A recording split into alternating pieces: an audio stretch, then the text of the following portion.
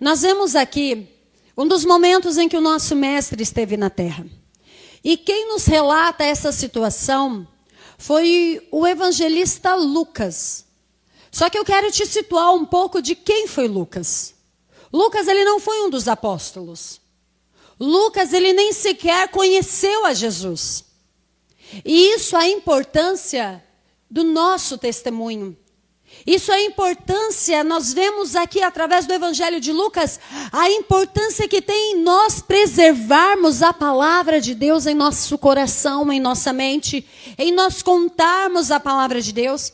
Porque, bispa, se Lucas não conviveu com Jesus, se Lucas não foi discípulo de Jesus, como que ele aprendeu tudo isso? Como que ele conseguiu escrever os evangelhos? Deixa eu te explicar uma coisa. Lucas, ele foi discípulo dos apóstolos em Jerusalém. Lembra se você for para Atos dos Apóstolos, você vai ver ali que teve um período em que os apóstolos ficaram em Jerusalém? Quem se lembra disso? Quem já leu isso na Bíblia? Esse período em que os apóstolos ficaram ali, eles fizeram discípulos. E Lucas foi um dos discípulos. Lucas, se você for estudar a fundo essa história, você vê que Lucas, ele escreveu essa história, esse relato do paralítico, baseado na descrição de Marcos. E, bispa, Marcos conviveu com Jesus? Quem sabe o nome dos 12 sabe que não. Marcos também não conviveu com Jesus. Então, calma aí, bispa. Lucas escreveu por causa de Marcos, só que Marcos também não conviveu com Jesus? Não. Marcos, se você for ler o Evangelho de Marcos, você vai ver que é o Evangelho de Marcos segundo a Pedro, porque foi tudo que Pedro lhe contou. Mas e Pedro? Pedro esteve com Jesus, querida. Pedro andou com Jesus. Pedro, inclusive, tirou a espada para cortar a orelha do soldado.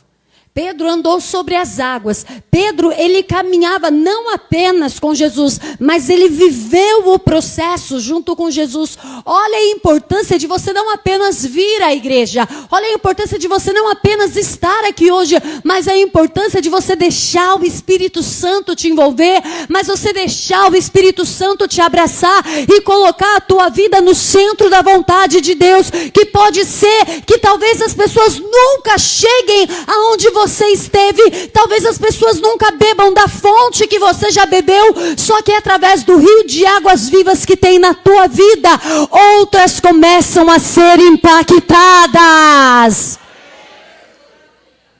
Nós precisamos aprender que dentro de mim e de você tem a presença do Espírito. Pedro, ele não precisou fazer Marcos andar com Jesus. Não, Marcos, eu andei com Jesus. Eu posso te contar o que aconteceu, porque eu estive lá e eu vi. Eu vivi. E Lucas, quando ele escreve esta parte do Evangelho, ele se baseia nos relatos de Marcos. Para que você entenda, Lucas é o único escritor, porque o autor da Bíblia, é quem o autor da Bíblia, a igreja? O próprio Deus, o Espírito Santo. Ele é o autor. Mas tiveram homens que escreveram, e Lucas foi um gentil. Lucas não era judeu. Lucas não via da descendência hebraica.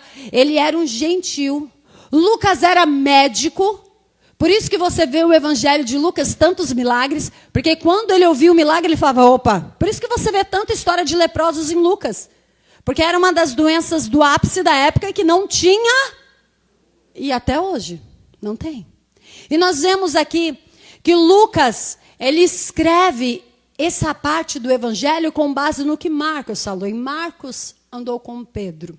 Só que se nós formos lá para Atos, você vai ver que, na verdade, o início, e é um dos pontos que Deus trouxe ao meu coração para trazer aqui para vocês, que tem muita gente que fala e julga o outro pelas suas atitudes no início da carreira da pessoa. A pessoa acabou de se converter a Cristo. O outro que já está convertido há 10, 15, 20, 30 anos, quer que o outro tenha a mesma maturidade espiritual. É assim ou não é? E não tem como. Isso faz com que a igreja de Cristo se torne uma igreja legalista. Se torne um lugar de fariseus, onde colocam um jugo tão pesado sobre o outro que ninguém consegue suportar. Querido, querida, nós precisamos aprender a tratar o nosso próximo dentro daquilo que Deus tem tratado com ele. Tem gente que quer puxar o outro quando Deus fala, não, se ele for mais fundo, ele vai afundar, ele vai morrer, ele não vai aguentar. Aprenda a sempre onde você passar, a estender a mão para ajudar, não para acusar. Estenda a mão para levantar, estenda a mão para dar uma palavra de apoio, estenda a mão para você orar por aquela pessoa e não para condená-la pelos seus erros, porque para condenar já tem o nosso adversário e para ajudar, Deus levanta você para estender a mão ao próximo. O início da caminhada de Marcos, ele não foi escolhido a princípio para andar com Pedro. Marcos, ele foi escolhido para ir como estava Lucas, Marcos e tantos outros, Pedro, Paulo, apóstolo Paulo, tudo lá em Jerusalém, quando as pessoas eram levantadas. A apóstola, elas iam para Jerusalém para aprender, e Paulo esteve em Jerusalém. E nós vemos que Marcos, ele foi separado para andar com Paulo. Só que numa das viagens missionárias que teve um desentendimento entre Paulo e Marcos largou Paulo lá na cidade e voltou embora para Jerusalém. Paulo voltou, olha, pensa como Paulo voltou na unção. Pensa como Paulo voltou cheio do Espírito. Cheio do Espírito para fazer igual a Elias, cair fogo do céu e consumir Marcos. Cheio da unção para acabar com Marcos. Paulo falou, eu não vou mais em viagem missionária com Marcos coisa nenhuma. Não me mande mais andar com Marcos, que ele me abandonou, eu não vou com ele. Barnabé chega a falar, calma, vamos fazer o seguinte. Paulo, vem cá. Você vai com Lucas agora. Lucas já tinha ficado lá. Quem está entendendo? Lucas havia ficado, já havia aprendido muito com os apóstolos. Paulo, você vai com Lucas agora nas suas viagens. E Marcos, você fica com Pedro. E assim cada um seguiu o evangelho. Sabe uma coisa que eu aprendo? Você já pensou se Barnabé tivesse chego e tivesse falado, realmente Marcos não vale nada. Realmente Marcos não tem valor nenhum. Olha a atitude de Marcos. Olha o que Marcos fez. Marcos abandona Paulo. Se Marcos abandonou Paulo, quando chegar a necessidade, o que vai acontecer? Vai abandonar o outro.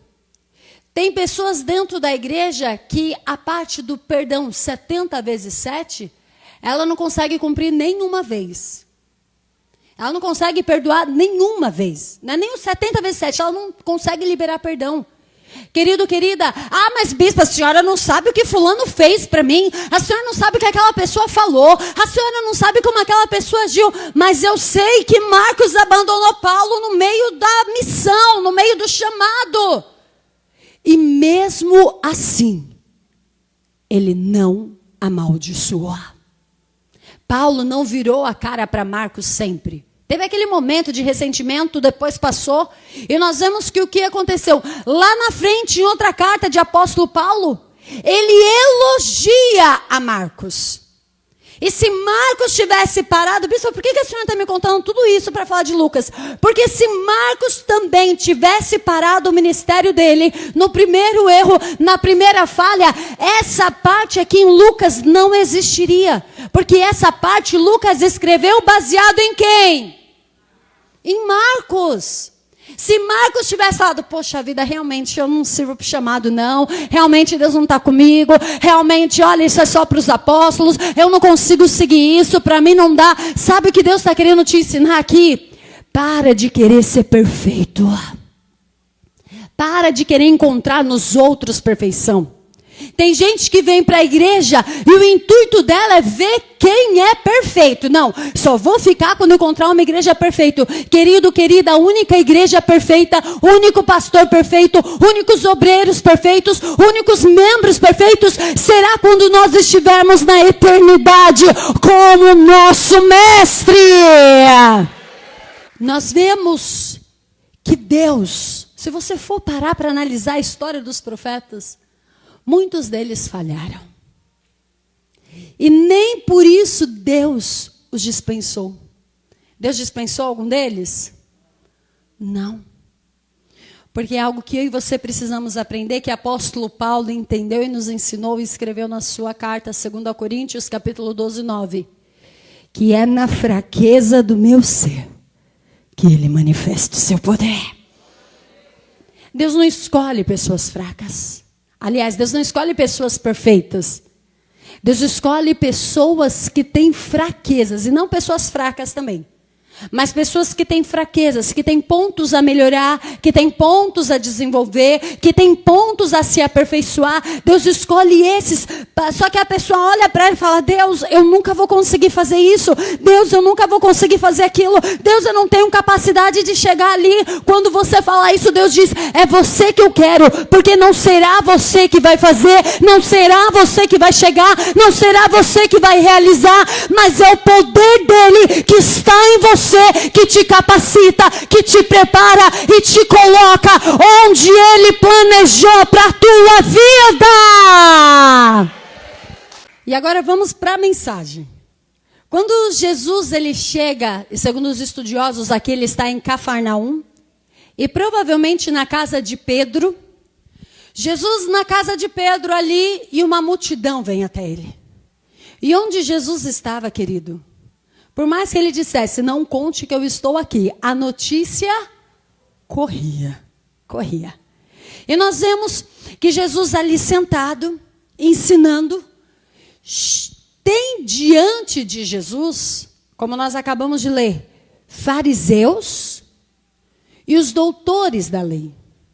Os fariseus e os doutores da lei, eles foram pessoas instituídas pelo próprio Deus, lá em Deuteronômio 13, para não deixar nascer em Israel doutrinas falsas. Em Deuteronômio 13 foi onde foi a instituição dos fariseus e dos escribas, os doutores da lei. Eles tinham a finalidade de ouvir qualquer coisa, surgia um pregador com notoriedade, eles iam atrás e começavam a ouvir. E falavam: opa, isso está dentro da escritura. Isso está fora. Isso está dentro da escritura. Não, isso está fora. Isso daqui é anátema, isso daqui é maldito. Quem está entendendo isso? A princípio, quando eles foram criados, o motivo foi ótimo. O motivo foi maravilhoso. Foi o próprio Deus que criou para que o povo dele não se perdesse. Para não ser levado, igual Paulo aconselha as outras igrejas, vocês estão sendo levados por vãs doutrinas, por coisas mentirosas. Não, tinham ali os fariseus e os escribas. E quando eles ouviram falar de Jesus, a Bíblia disse que eles vieram de toda a parte da Galileia, de toda a parte da Judeia e de Jerusalém, para ver quem era esse Jesus. E onde um fariseu e um escriba ele estava, um doutor da lei estava, ele não estava ali para sentir a presença de Deus. Quantos fariseus não tem hoje em dia dentro da igreja? Quantos doutores da lei não tem hoje dentro da igreja? Pessoas que vêm para a igreja para ver, deixa eu ver em que ponto a bispa vai errar. Deixa eu ver em que momento. A pregação tem 1 hora. Bispa erra em uma frase. Não é anátema, é maldito. Não, isso daqui não é de Deus. Não, aquilo ali não é de Deus. Os outros 58 minutos. Digamos que uma frase durou 2 minutos. E os outros 58 minutos? A pessoa junta e joga fora. Está fora da Bíblia. Os fariseus, os escribas, eles tinham uma função que com o decorrer do tempo foram corrompidos. Que com o decorrer do tempo eles deixaram de seguir aquilo a qual Deus mandou. Querido, querida, se tem algo que nós precisamos aprender, é continuar o nosso chamado e da forma que Deus nos chamou. É continuar tendo o mesmo coração. Tem pessoas que com o decorrer do tempo, mas eu fiquei chateado com a Érica. Mas eu fiquei chateado com a Irenice. Mas eu fiquei chateado com a Anderson. Mas eu fiquei chateado com a Thalita. Eu fiquei chateado com o fulano, com o ciclano. E a pessoa, ao invés de se libertar daquelas mágoas, ao invés de se libertar daquelas prisões do inferno, ela continua carregando e daqui a pouco ela acha que o chamado dela, que está muito pesado, que ela não consegue, que ela não vai alcançar. Só que Deus está dizendo: para de carregar carga extra.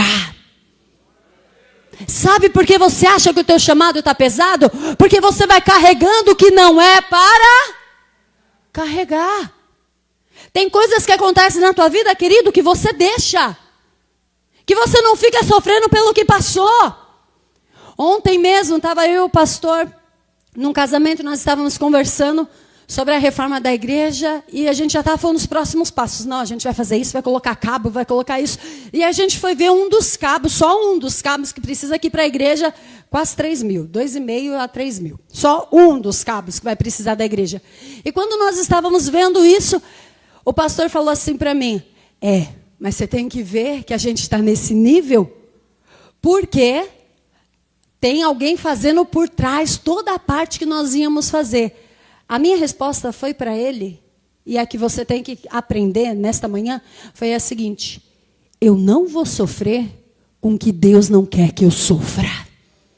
Se Deus já preparou alguém para fazer, você acha que eu vou ficar pensando como seria se eu tivesse que ter pintado tudo, se eu tivesse que ter contratado? Falei, filho, se Deus já preparou, é porque Deus olhou do céu à terra e disse, com isso daqui você não vai sofrer. Então eu não vou sofrer com isso, eu parto para outra parte. Quem está entendendo isso? Tem pessoas que quando Deus abençoa ela, ao invés dela viver a bênção, ela fica pensando, e se eu tivesse que fazer?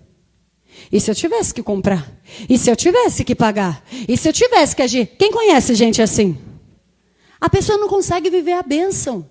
Ela não vive o que Deus está dando para ela. Ela vive aquilo como se ela tivesse ainda um problema. A pessoa está carregando carga extra. Não precisa.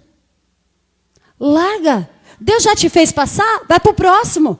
Vai para outro sonho. Aquele já realizou, vai para outro sonho. Aquele já se concretizou, vai para outro. Talvez o lá da frente vai ser mais difícil. Só que se você crer, se você confiar, o Deus que preparou até aqui vai preparar para você chegar onde Ele tem colocado no teu coração.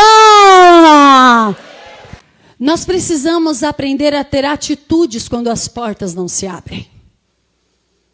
Nós precisamos aprender o que fazer quando as portas não se abrem. Porque tem pessoas que Deus está abrindo a porta para ela, e ao invés dela atravessar, ela fica pensando, já pensou se a porta tivesse fechada? Já pensou se não tivesse acontecido? Filha, se não tivesse acontecido, de alguma outra forma ia acontecer. Quem está entendendo? Mas aconteceu, eu vou me preocupar? Não, próximo ponto, próximo passo. E nós vemos que Jesus, ele agia assim. Jesus, ele não estava ali preocupado com o que os escribas iriam dizer, com o que os fariseus iriam dizer. Jesus, ele estava preocupado com ganhar almas, com mudar histórias, com fazer o milagre chegar até as pessoas. Jesus estava preocupado em alimentar uma multidão que estava sedenta pela palavra do Pai. E nós vemos que Jesus, ele não se preocupava com as críticas. Sabe o que faz o teu chamado também parecer pesado? Além de você carregar a bagagem extra, ficar preocupado com o que vão dizer sobre você. Tem uma parábola muito sucinta que diz assim: uma certa vez tinha um homem, um senhor já de idade, um adolescente e um burrinho. O que aconteceu? Esse homem iria atravessar 3 cidades. E ele coloca o adolescente em cima do burrinho. E diz, eu já sei como lidar com o burrinho, eu já sei como puxar, já sei qual é o caminho. Então, na verdade, o que eu vou fazer?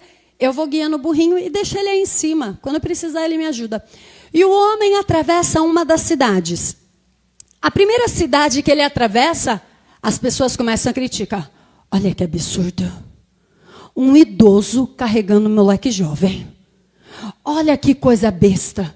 Olha que falta de respeito. Esse moleque tinha que descer. Esse moleque tinha que guiar. Olha, isso é um absurdo. Não pode fazer isso. Esse menino tinha que ser educado. Esse menino está sendo mimado demais. Quando o velhinho atravessa aquela cidade, ele pensa o seguinte: poxa, eles têm razão. Olha o que todo mundo disse. Então, deixa eu colocar um menino em cima do burrinho e eu também vou em cima guiando. Quando ele atravessa na segunda cidade, as pessoas falam, que absurdo. Dois homens em cima de um burrinho. Olha que coisa inadmissível. Olha que coisa errada. Olha esse povo, não tem nem dó de um animal. Gente, alguém da proteção dos animais tinha que cuidar disso. Estão maltratando esse burrinho. Estão fazendo muito mal para esse burrinho. Aí o homem fala, poxa vida, é verdade, né? Então ele conversa com o rapaz e diz, olha, realmente a gente judiou do burrinho, como todo mundo disse.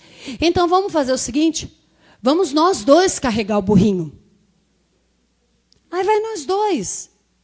Então vamos nós dois carregar os burrinhos. O menino fala, tá bom, vô, vamos. Vou colocar o burrinho nas costas dele, e coloca nas costas do menino, e os dois atravessam a terceira cidade. E na terceira cidade o povo fala, que idiota. Tem um burro e está carregando o burro. Não sei quem é o burro, se é quem está carregando o burro ou o burro que está em cima do burro, não sei. Sabe qual é a moral da história? Não importa o que você faça, sempre vão te criticar. Se você parar de fazer o que Deus quer que você faça por causa das críticas, você nunca vai fazer nada. Porque você nunca vai satisfazer o mundo. Você já pensou se Jesus fosse se importar com o que falassem dele? Você já pensou se Jesus fosse se importar com o que dissessem dele? Você já parou para pensar se Jesus fosse se importar com o que as pessoas diziam dele? Querido, querida, diziam que Jesus era o próprio demônio. Que ele era Beelzebu. Ele expulsa demônio no nome dos demônios, porque ele é Beelzebu. Você já parou para pensar o tanto de pessoa que larga o chamado, que larga o ministério de Deus, porque o que A falou, porque o que B falou, o que C falou? Aprenda uma coisa, não pare por causa das críticas, não pare por causa das acusações, não pare pelo que tem dito que você fez, deixou de fazer. Continue, que o que Deus tem para a tua vida é muito maior. Os escribas, os fariseus, eles estavam ali não para aprender. Eles estavam ali para o que, igreja? Criticar. Não, deixa eu ver o que está errado. Deixa eu ver o que aconteceu. Tem um fato que aconteceu há poucos dias atrás. Houve a morte de um MC. Quem teve conhecimento disso? E houve um novo convertido, que foi no velório e falou algumas palavras. E quando esse novo convertido falou algumas palavras, ele disse que esse MC estava agora aonde? Quem ouviu isso? Que esse novo convertido estava aonde? No céu. E internet não perdoa ninguém, né? Os fariseus de plantão, os doutores da lei de plantão, começaram a falar. Quando eu só fui lendo os comentários, eu nem consegui escrever nem falar nada, só li os comentários. Sabe o que veio ao meu coração? Bando de hipócritas. Exigindo de uma criança na fé, entendimento de um adulto. Aí eu e o pastor fomos conversar sobre esse assunto, e eu falei para ele, tudo bem, a pessoa pode ter errado, ela errou. Mas entende que é uma criança na fé? O rapaz não está convertido, não tem nem 2 anos, não tem nem 3 anos. E estão exigindo que ele tenha o conhecimento que muitos cristãos levam 5, 10. Ah, mas isso é princípio. Isso é princípio para quem tem escola dominical. Isso é princípio para quem tem ensino bíblico. Isso é princípio para quem é discipulado. Quem está entendendo isso? Só que as pessoas querem, essa é a nossa sociedade, as pessoas não querem ver o lado bom. Poxa, ele estava ali, pelo menos ele falou de Jesus, né? Deu uma rateada ali, mas anunciou o evangelho. Tudo bem, acontece? Não, olha o que falou, olha o que disse.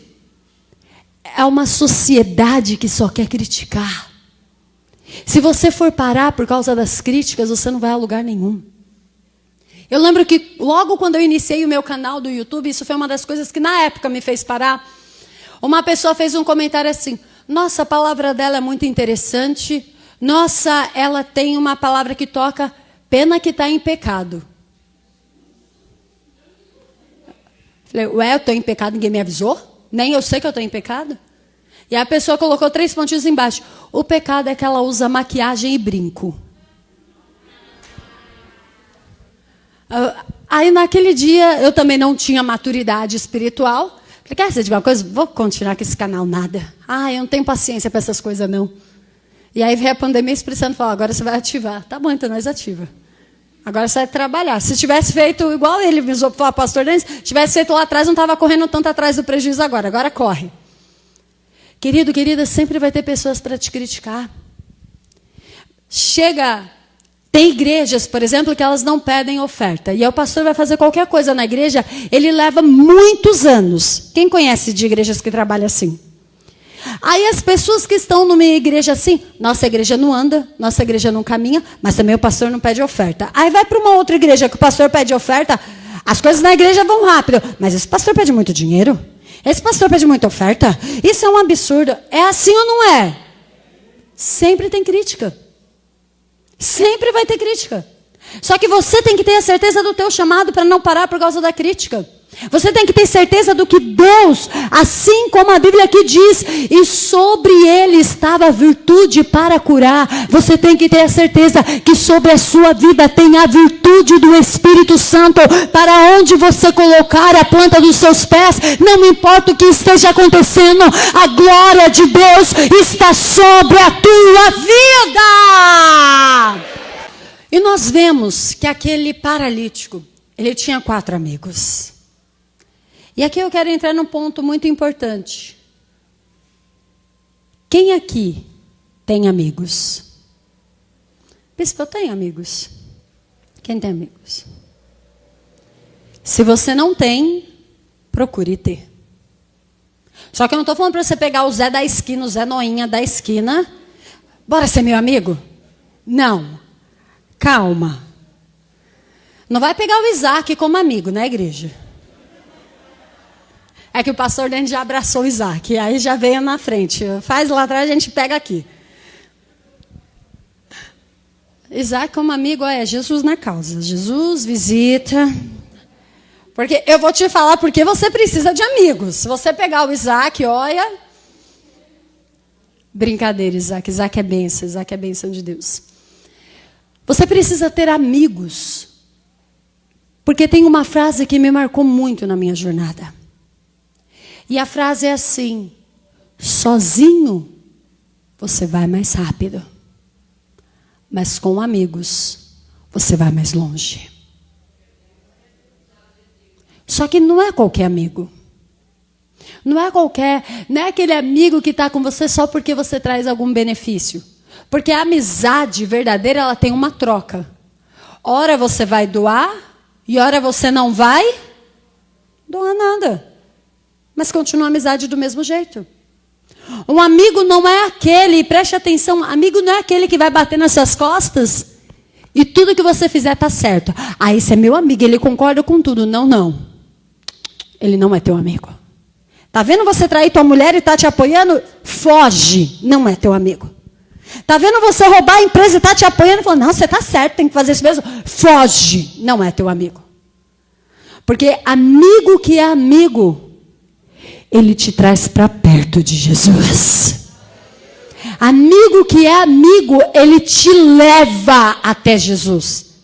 Aquele paralítico, ele deve ter feito algo muito errado. Porque quando ele chega, bispo, por que a senhora diz isso? Logo mais você vai ver. Quando ele chega diante de Jesus, Jesus primeiro sara o emocional dele, primeiro sara o espiritual. Homem, perdoados estão os teus pecados. Jesus primeiro perdoou. Então podemos entender que aquela enfermidade, não todas as enfermidades, mas aquela enfermidade vinha em decorrência de um pecado. Então ele deve ter feito algo de muito errado, ele deve ter feito algo muito sério, só que algo ele fez certo. Ele soube escolher muito bem 4 amigos. 4 amigos que estavam dispostos a tudo por ele. Bispo, o que eu preciso para escolher meus amigos? Primeira coisa, pessoas que creiam no Deus que você crê. Para ser amigo. Porque entenda uma coisa, andar, ser colega, você anda e é colega de todo mundo. Até que ele não influencie você. Você que influencia ele. Só que agora ser amigo. Ah, meu querido, minha querida. Ser amigo tem que crer no mesmo Deus que eu creio. Porque quando você tem um amigo, no dia mal, você vai para essa pessoa pedir o quê? Conselho. Se a pessoa é cheia de Satanás, o que ela vai te dizer? Palavras de Satanás. A pessoa você está com dificuldade no casamento. Aí você tem um amigo que é enviado do cão. Aí você vai falar do casamento para o enviado do cão. O que o enviado do cão vai te dizer? Separa. Eu já separei. Por que você não pode separar? Você precisa viver isso não, rapaz. É assim ou não é? Esse serve para ser amigo? Não. Para ser amigo tem que crer no mesmo Deus que você crê. Para ser o teu amigo, eu vou te dar só 3 critérios aqui. Eu poderia te dar mais, mas eu vou te dar 3. Para ser amigo, o segundo critério, ele precisa acreditar que Deus está com você. Se está caminhando com você, tem a mesma fé que a sua, crê no mesmo Deus que você, mas acha que Deus não está com você. Olha, me desculpa, eu acho que Deus não está com você. Olha, me desculpa, Deus não vai na tua vida. Então, desculpa, querido, para mim você já não serve mais como amigo. Porque uma pessoa que crê no chamado que Deus tem para a tua vida, uma pessoa que crê no propósito que Deus tem para a tua vida, ela nunca vai deixar você parar, ela nunca vai deixar você recuar. Quando você chegar para um amigo e você está cansado e falar, cara, eu não aguento mais, para mim não dá, para mim já deu, olha, estou por aqui, eu não suporto mais, e ele acreditar no teu chamado, ele vai dizer, insiste mais um pouco, que Deus está com você. Você precisa andar com quem crê que Deus é na tua vida.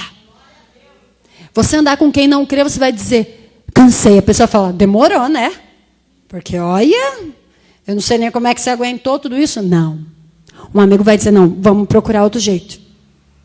Terceira característica, você precisa ter um amigo capaz de fazer o impossível quando Deus manda para te ajudar. Porque deixa eu te falar uma coisa. Aqueles 4 homens teve uma figura definitiva na vida daquele paralítico. Primeiro que se os 4 não levassem, ele ia chegar em algum lugar? Não, os 4 levaram. E carregar alguém não é fácil. É fácil, igreja? Em cima de uma cama, então, querido, não é fácil. Você carrega a pessoa paralítica, todo o peso do corpo, 4 homens carregando. Só que daí quando eles chegam, o que aconteceu? A casa estava o quê? Lotada, cheia. Eles poderiam virar para o paralítico e falar, olha, a gente fez tudo o que podia. Sim ou não? A gente veio até aqui com você. A gente te ajudou até aqui. Agora você vê que a casa está cheia, você vê que Jesus está aí. Olha, desculpa. Desculpa, mas daqui não dá para eu ir. Aquele que desiste do teu chamado, enquanto não vê a plenitude de Deus se realizar na tua vida, também não serve para ser teu amigo. Vou repetir para você entender. Aquele que desiste do teu chamado, porque o amigo ele crê no teu chamado, sim ou não? E você também crê no dele. Enquanto não vê a plenitude, enquanto não vê a realização, enquanto não vê completa a obra de Deus na tua vida, esse também não era o teu amigo. Porque um amigo, ele só sai do teu lado depois que ele fala, fez, acabou, finalizou, então tá tudo bem. Aqueles 4 amigos, eles não desistiram do meio. Eles poderiam dizer, não, o negócio é o seguinte, não deu certo, vocês estão vendo aí, então vamos fazer o seguinte, vamos voltar para casa, está cheia a casa, Jesus está aí, Jesus não vai ver a gente. Eles não fizeram isso. Eles olharam, a casa está cheia. A Bíblia diz que eles procuraram uma forma de entrar. Eu imagino eles olhando a casa de Pedro, rondando, deixa eu ver a janela, não dá, Jesus não vai ver. Deixa eu ver do outro lado, não dá, Jesus não vai ver. Tem uma saída. A Bíblia não diz qual diz. Mas a Bíblia diz exatamente assim, ó. no versículo 19, leia aí comigo. E não, vamos pegar o finalzinho do 18. E procurando fazê-lo entrar e pô-lo diante, eles queriam colocar aquele paralítico diante de Jesus. Olha aqui para mim. Entende o que é amigo? Não, ele vai ficar diante de Jesus. Os 4, algum deles era aleijado? Algum deles era manco? Quantos eram paralíticos? 4 estavam lutando pelo mesmo propósito de 1. Ele falou, eu não sou que estou paralítico. Eu não sou eu. Quanta gente dentro da igreja não faz isso? Eu não sou a bispa da igreja. Eu não sou pastor para ter que estar aí cuidando. Eu não sou nem um obreiro para ter que fazer isso. Então segura aí, sente e segura. Se alguma vez você falou isso, é sinal que você também não é amigo de quem você está andando. Porque quando você vira para o outro e falar, eu não vou ajudar a Érica, não, o problema é da Érica, o problema não é meu. Então eu não sou amiga da Érica. Porque um amigo, ele larga o outro da mão e vai embora? Não, amigo não. Colega sim. Colega, ele fica com você até quando te beneficia. O amigo, ele não te deixa. O amigo, ele caminha com você ainda que esteja pesado. Ele caminha com você ainda que esteja doendo. Ele não esconde de você a dor. Ele não esconde de você o erro. Ele não esconde de você a falha. Só que ele não te deixa. Ele continua segurando e falando, eu vou te levar e vou te colocar diante de Jesus. Eu vou te apresentar Jesus. Ele vai mudar a tua história. Ele vai mudar a tua vida. Ele vai mudar você. E não achando por onde pudessem levar, por causa da... Subiram e por entre as telhas, o baixaram a cama até o meio diante de Jesus. Dá glória a Deus, porque não é você que estava em cima do telhado, né? Telhado, querido, não é igual o telhado é hoje em dia, não. Telhado não tinha essas telhas de Eternite, não tinha telha galvanizada, não. Sabe como é que era o telhado daquela época? Argila com palha. Deus abençoe, meu amor. Argila com 4 homens. Tira as coisas de cima do telhado. Só que tem um detalhe. Aquela casa, alguém dormiria nela. Eles estavam destruindo o teto de alguma família. Rapaz, o que tu está fazendo? Você entende por que você não pode se importar com as críticas? Porque já pensou se eles fossem pensar, não, a gente chega na casa do homem e vai destelhar a telha, o homem vai pôr a gente para correr. Só que não dá para a gente correr com paralítico. Como é que você vai correr segurando um paralítico? Não vai dar esse negócio. Então, esse homem tem que sair andando, porque se a gente correr, pelo menos corre os 5, não tem que carregar ninguém. Quando eles abrem aquele telhado, os 4 também corriam risco de vida. Aquele telhado poderia muito bem quebrar. Sim ou não? Afinal de contas, a argila quebra? Quebra. Então aqueles homens, você vê que estavam, não 4, estavam 5 em um único propósito. 4 amigos, mais um paralítico com uma visão. Vamos colocar ele diante de Jesus. Vamos colocar ele diante de Jesus. Não importa como, não importa de que jeito, não importa de que forma. Nesta manhã Deus está dizendo para você, olhe para o teu sonho, olhe para o teu propósito, olhe para o teu objetivo. Deus vai preparar amigos para fazer o seu sonho se tornar realidade. E diz a palavra do Senhor que aqueles homens destelham a casa de alguém. E a casa provavelmente de Pedro. Eles destelham a casa de Pedro. Aqueles 4 homens colocando a vida deles em risco. Eles amarram aquele paralítico e desce o paralítico. Você já pensou, você está aqui pregando, igual nós estamos aqui, e desce alguém aqui diante de mim? Jesus. Sabe o que me chamou a atenção? Primeiro que aqueles 4 homens colocaram a vida dele em risco. Sim ou não? Em benefício próprio? Em benefício a outro, alheio do amigo. Me chamou a atenção isso. E segunda coisa que me chamou a atenção. Amado, se nós ouvirmos barulho de alguém mexendo na telha, ninguém vai perceber? Na tua casa, quando chove, não faz barulho na telha? Pensa alguém destelhando o telhado. Pensa alguém arrancando o telhado. O que você faz? Liga para a polícia. Boa. Só que Jesus, o que me chamou a atenção, e eu quero que você veja isso, que é o terceiro tópico aqui da mensagem.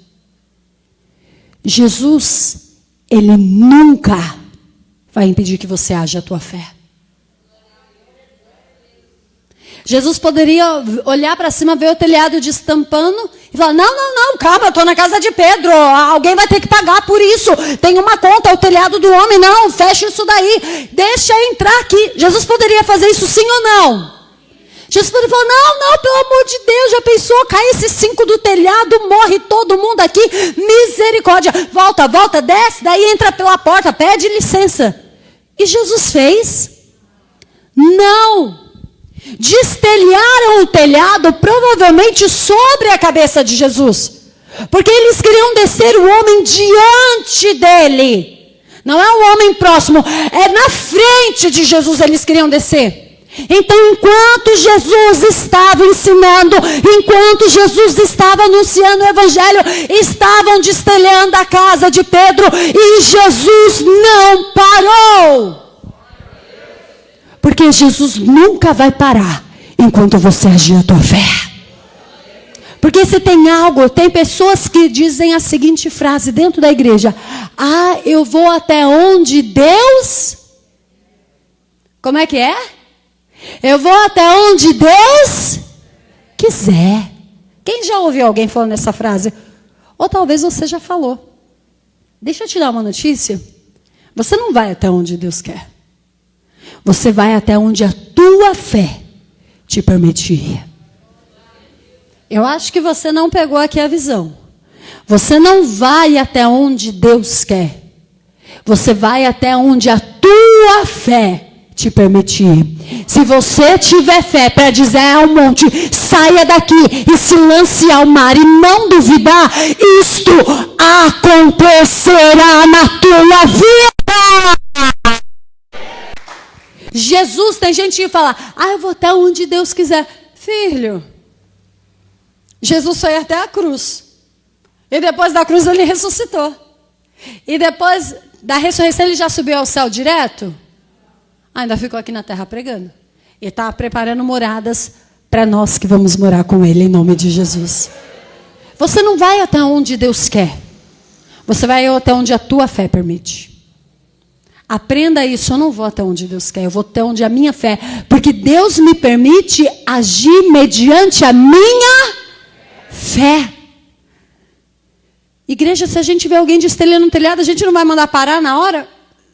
Jesus sendo destelhar o telhado, continuou. Até que desceram aquele homem diante de Jesus. E Jesus olha para aquele homem e sara, como eu falei agora há pouco, sara primeiro o espiritual dele. E diz, homem, perdoados estão os teus pecados. Algo que eu quero que você entenda aqui nesta mensagem é que nem sempre as portas vão se abrir para você. Nem sempre você vai orar e pedir algo de Deus e Deus vai chegar e fazer, tará, abrir. Nem sempre. E quando a porta não se abrir, o que você faz? O que você faz? A porta não abriu, né? Então, vou embora. Vou para outra coisa, vou fazer outra coisa. A porta não abriu e eu quero a minha bênção. então eu desço pelo telhado. Não me importa como, mas eu vou receber a minha bênção. Se a sua porta não se abrir, o que você faz? Se a tua porta não se abrir, o que você faz? Se a tua porta não abrir, desce pelo telhado, que a vitória já é sua. E querido, querida, alguém teria que arcar com aquele telhado. Sim ou não? Sabe o que nós podemos aprender aqui?